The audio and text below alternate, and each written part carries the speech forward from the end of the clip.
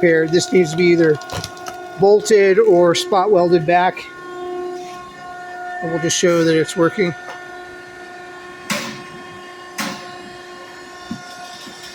Goes down,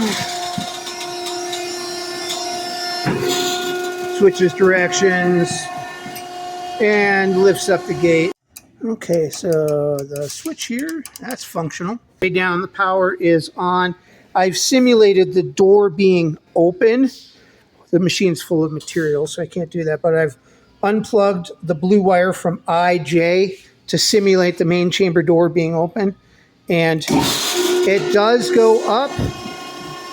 I've tested all the limit switches and tightened all the wires, so we are back in service. I'm going to go ahead and shut off the power, re-terminate that wire, lubricate everything, but it is working. Looks like it was just loose wires. And quickly lubricate the lift chains and all